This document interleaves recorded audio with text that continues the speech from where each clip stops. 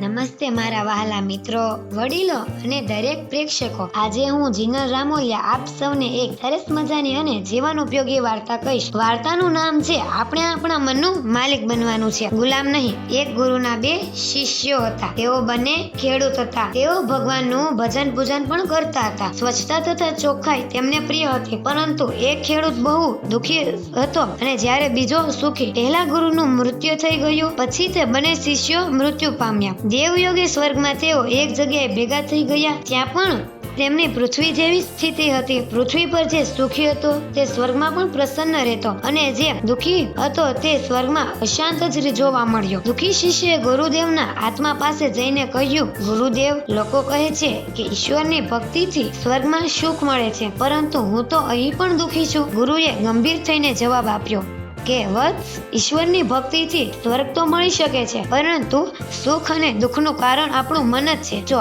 મન પવિત્ર તથા સકારાત્મક હોય તો નરકમાં પણ સુખી રહી શકાય છે, પરંતુ જો મન શુદ્ધ ન હોય તો માણસ સ્વર્ગમાં પણ સુખી નથી રહી શકતો. આપ જ બાળ મિત્રો, આપણે સૌ સમજી શકીએ છીએ કે જેવું આપણું મન વિકસિત બને તેવું આપણું જીવન વિકસિત બને.